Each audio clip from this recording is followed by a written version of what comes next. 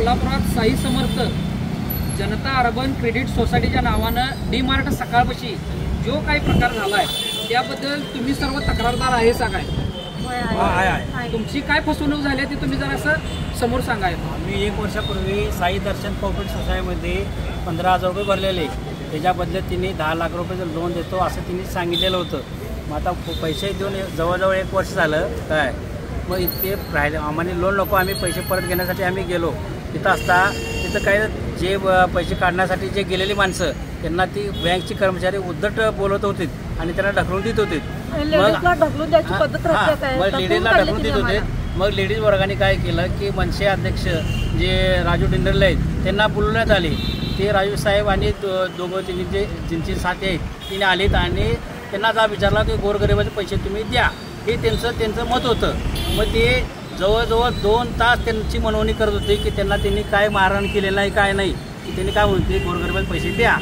आणि असं बोलत असताना मग आता त्यांना त्यांच्या विरुद्ध अॅट्रॉसिटीचा गुन्हा दाखल केलेला आहे. मग हे चुकीचं असे गोळ्या करणाऱ्या गेल्या 4 जणांनी अटक केलं. ही चुकीची समजूत आहे, चुकीची बातमी आहे की समाजाच्या लोकांसाठी तिने तिथं केलेले की समाजाच्या लोकांसाठी तिने गेलेलं की समाजाच्या लोकांची जे गरिबाची फसवणूक झाल्या ती फसवणूक होऊ नये, त्यांचे न्याय मिळवण्यासाठी तिने तिथे गेलेले. ॲक्च्युली ते हिरो आहेत आणि जे चोर आहेत ते बाहेर आहेत, जे संन्यासी आहेत ते आत आहेत. ही असं हे योग्य नाही, अयोग्य आहे. त्यांना ताबडतोब प्रशासनाने त्यांना जे खोटा आरोप त्यांच्यावर जे टाकला, जे खोटा गुन्हा केला आहे त्यांनी ताबडतोब त्यांना काढून घ्यावा आणि त्यांना निर्दोष मुक्तता करावी ही आमची विनंती आहे. आणि प्रशासनानं इथनं पुढं कोणी काही सांगल आणि त्यांच्यावर कुठलाही खोटा गुन्हा त्यांच्यावर टाकून हे असं समाजात करणं चुकीचं आहे. त्यांना ती सगळ्या समाजासाठी तिने केलेलं आहे. मात्र आपल्या कोल्हापूर जनतेच्या, कोल्हापूर जिल्ह्यातल्या लोकांनी बी समजून घ्यावे की ही आमच्यासाठी तिने आलेलं आहे. मी काल मी स्वतः होतो, ह्या लेडीज होत्या आणि भरपूर 500-600 जण होते की त्यांना सगळे माहीत आहे की बाबा हे तिने काय केलं ते. आणि त्यांच्याबद्दल आम्ही आभार मानला पाहिजे. खरं प्रशासनात त्यांच्यावर गुन्हा दाखल केला ही दुर्दैवजनक गोष्ट आहे. इथून पुढं अशी कुठलीही कारवाई होता कामा नाही आणि त्यांना ताबडतोब त्यांना निर्दोष मुक्तता करावी ही आमची प्रशासनाला एक रिक्वेस्ट आहे, आव्हान आहे. तुम्ही किती दिवस झाले पैसे त्या ठिकाणी भरलेले आहे? 7व्या महिन्यात चाललाय. 7व्या महिन्यात तुम्हाला 1 रुपया त्यानं परत दिला का नाही? 1 रुपया मी दिलेला नाही. 2,000 द्या म्हटले, 3,500 द्या म्हटले, 13,000 रुपये द्या म्हटले, मध्ये परतच गेले पैसे. आता बोलले काल तुमच्याबरोबर तिथं पोलीस होते काय? ज्यावेळेला मनसेचे राजू दिंडोरले भांडत होते त्यावेळेला पोलीस होते सगळे आणि पोलिसांनी दरोड्याची केस त्यात टाकलेली आहे. नाही ते बेगुन आहे ते सगळं. ते सगळं चुकीचं आहे ते.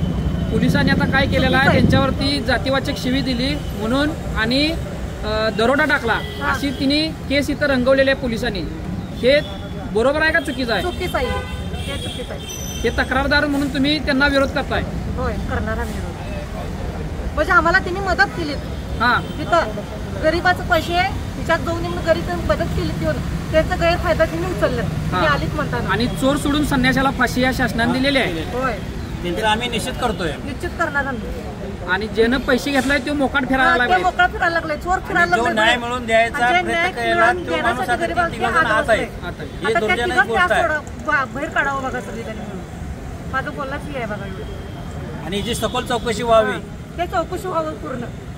कशासाठी? अशी किती लोक अंदाजे काल किती लोक होती तिथं? जवळपास 500 माणसं, 700 होते. 600 लोक होते का?